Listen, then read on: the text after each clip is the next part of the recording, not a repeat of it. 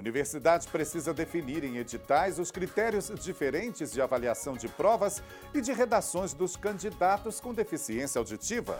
TRF1 mantém condenação de mulher que recebeu irregularmente valores do programa Bolsa Família. Defensoria Pública deve ser instalada no município maranhense de Caxias. Foi o que decidiu o TRF1 após recurso da União. Aqui no Inteiro Teor, você fica com as decisões e temas que estão em discussão na Justiça Federal da Primeira Região. Acompanhe a partir de agora.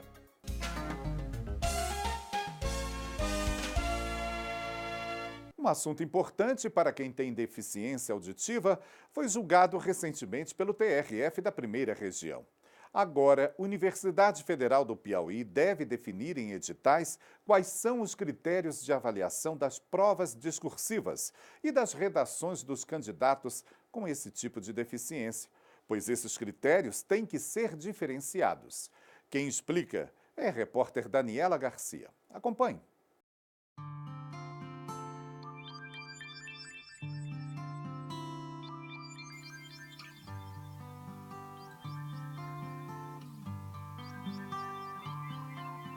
Nós vamos fazer uma redação com o sujeito, o predicado, né, o verbo e complemento verbal.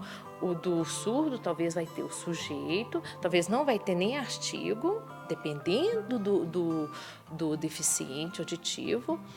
Ele vai ter sujeito, ele vai ter o verbo, ele não conjugado, e vai dar continuidade. Aqui não vai ter ligações. Por quê? Porque o surdo, ele fala aquilo que ele vê. Joana Dark exemplifica o que a professora diz. Ela nasceu sem escutar e sempre encontrou muita dificuldade para fazer redações ou provas discursivas. Vou puxando um pouco, tá entendendo como é que é redação, ou as palavras, tem nome, alguma coisa. Aí vou aprendendo, chegar na prova, aí eu tento lembrar que para escrever. Eu ia entrar, ia ter feito para entrar na faculdade. Eu fiz de redação. Aí a parte de redação, aí a pergunta um pouco difícil, né? Não tem intérprete. Aí eu vou fazendo um pouco, para tentar entender mais. Aí no concurso, que tem intérprete me prende o que ele fiz, um pouco na palavra.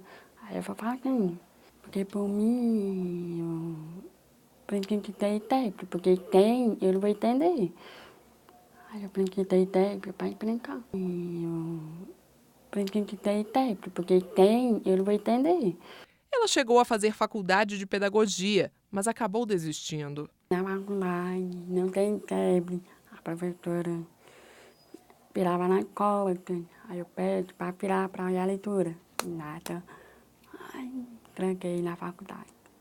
Atualmente, Joana estuda para concurso, mas segue esbarrando no mesmo obstáculo, a redação, situação vivida por milhares de deficientes auditivos. O Ministério Público Federal entrou até com uma ação na Justiça para garantir a correção diferenciada das provas discursivas e redações para esses estudantes na Universidade Federal do Piauí. Já em primeira instância, a Justiça Federal do Estado condenou a universidade a definir nos seus editais critérios e mecanismos diferenciados de avaliação, reconhecendo a singularidade linguística dos deficientes auditivos. As provas devem ser corrigidas por professores de língua portuguesa para surdos. A universidade recorreu ao TRF1, que manteve a condenação. Para a professora Lucilene Silva, que dá aula em um centro de referência em atendimento a pessoas com deficiência auditiva em Brasília, a correção diferenciada é imprescindível. Ninguém é igual a ninguém. E ainda mais nesse processo de inclusão, se nós não respeitamos o ser humano, da condição dele, como? Como que nós vamos corrigir se a gente não deu uma condição para ele? Então, se ele fala de acordo com o sistema de Libras, a redação é corrigida no sistema de Libras. Sem os conectivos, sem as conjugações verbais. Não fugiu do tema. É válido. Sabrina, que também tem deficiência auditiva, já encontrou muita dificuldade para escrever, mas conseguiu vencer. Hoje, a jovem de 20 anos faz faculdade de administração. A visão é outra, entendeu? É como se fosse mais da parte prática. A gente está sempre colocando aquelas questões no nosso cotidiano, mas assim, não é 100%. Então, eles têm que entender o que a pessoa com deficiência auditiva, o que tem surdez, o que aquela pessoa está querendo dizer. Né? Porque, às vezes, a pessoa não está falando diretamente, ela está contextualizando. Então, a parte escrita, sim, tem que ter uma correção específica.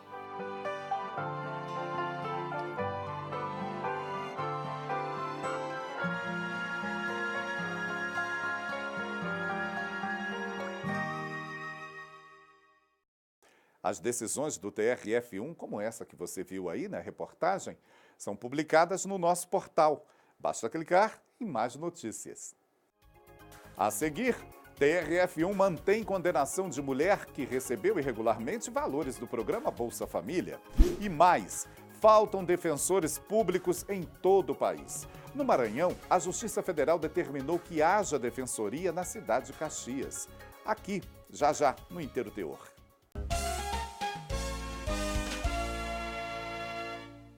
O TRF1 manteve a condenação de mulher que vinha recebendo irregularmente dinheiro do programa Bolsa Família, que visa auxiliar as famílias em situação de pobreza. A terceira turma do TRF da Primeira Região destacou que a ré recebeu indevidamente valores do programa Bolsa Família cadastrado em nome da filha sem que a menina estivesse sob sua guarda ou morasse com ela. Já em primeira instância, a denunciada foi condenada pela Justiça Federal de Manaus pela conduta tipificada no artigo 171 do Código Penal, que é obter para si ou para outro vantagem ilícita em prejuízo alheio.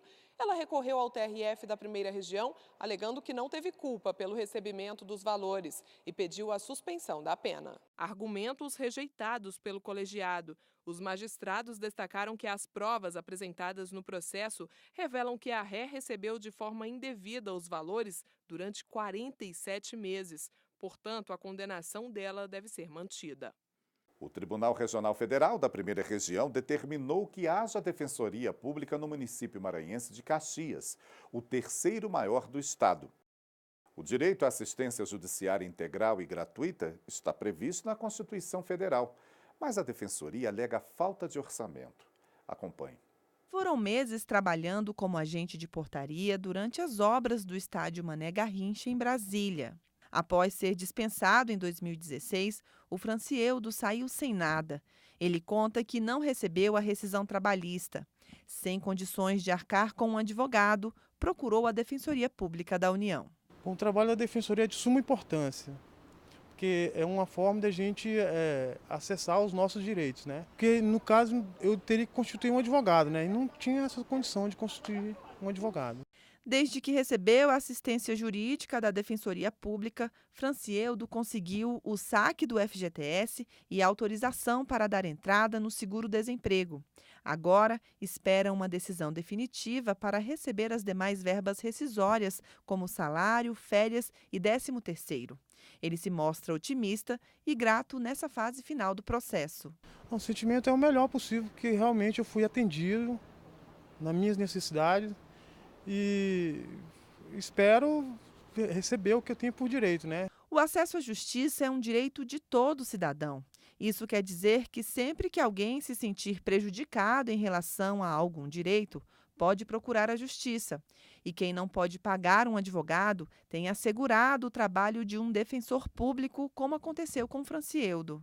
Todas essas garantias estão expressas no artigo 5º da Constituição Federal. O inciso 35 determina que a lei não excluirá da apreciação do Poder Judiciário lesão ou ameaça a direito. E o inciso 74 estabelece que o Estado prestará assistência jurídica integral e gratuita aos que comprovarem insuficiência de recursos. A professora de Direito Constitucional, Adriana Coutinho, explica que a Defensoria garante direitos fundamentais dos cidadãos. Esse mínimo existencial, ele é o direito à moradia, ele é o direito à saúde, ele é o direito à educação, ele é o direito à previdência. E sem essa Defensoria Pública organizada, obviamente que você cria um óbice, né, formal para que essa pessoa ela possa demandar e ela possa obter desse Poder Judiciário uma resposta positiva ou não, mas ao menos o direito de levar essa circunstância ao Judiciário. Apesar do direito ao acesso à justiça, faltam postos de atendimento da Defensoria Pública, principalmente nas localidades mais distantes de centros urbanos. Dados da DPU mostram que das 279 seções e subseções judiciárias federais, o órgão tem cobertura de atendimento em apenas 81 delas, o que representa 29% de atuação. E quando o assunto é presença da Defensoria Pública da União nos municípios, a situação é ainda mais precária. Das 5.570 unidades municipais brasileiras, apenas 1.837 têm algum posto de atendimento da DPU, o que representa pouco mais de 30%. Hoje, a DPU atua com 628 defensores públicos, quando o ideal seria contar com 1.469. O déficit é de 57%. Essa realidade fez com que o Ministério Público buscasse a Justiça Federal do Maranhão, que determinou a instalação de um polo da Defensoria Pública no município de Caxias, a terceira maior cidade do estado, com 164 mil habitantes. Com isso, a União recorreu ao TRF1, alegando o entendimento do Supremo Tribunal Federal de que o Poder Judiciário não pode promover intervenção nas questões relacionadas à lotação de defensores públicos em determinadas localidades e que o juízo de conveniência e oportunidade no que se refere à prática de atos relacionados à DPU é de competência do Defensor-Geral da União. Ao analisar o recurso, o relator juiz federal Roberto Carlos de Oliveira discordou com os argumentos da União. Ele entendeu que a primeira instância não fez interferências nas ações da DPU, como obrigar o deslocamento de defensores públicos para o município. O que a decisão determinou foi a reserva de um cargo de defensor público da União para a localidade por meio de concurso público, o que levará à instalação da unidade no município. Eu acho que o objeto central dessa decisão do TRF1 é justamente a concretização desse acesso à justiça, que é um direito fundamental importantíssimo, né? Está dentro da previsão do artigo 5º. Há uma obrigação aqui de todas as funções do Estado de exatamente darem eficácia à previsão constitucional.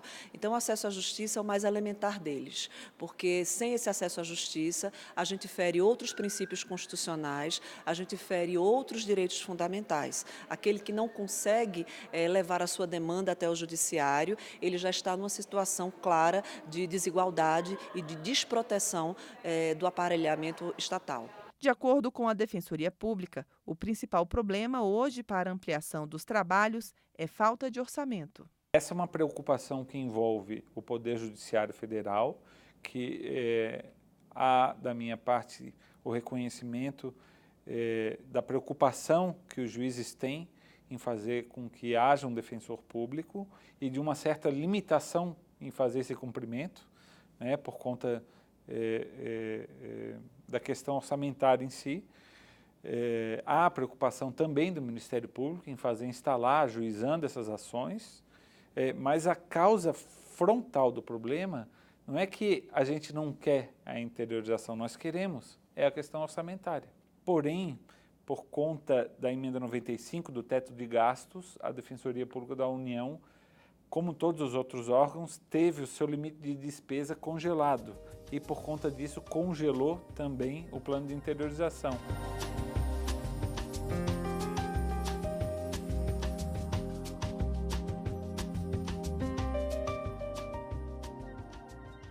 Esse foi o Inteiro Teor com notícias sobre a Justiça Federal da Primeira Região. Você pode ficar com a gente no nosso portal e também nas redes sociais, Facebook, YouTube e Instagram. Até o próximo programa. Tchau!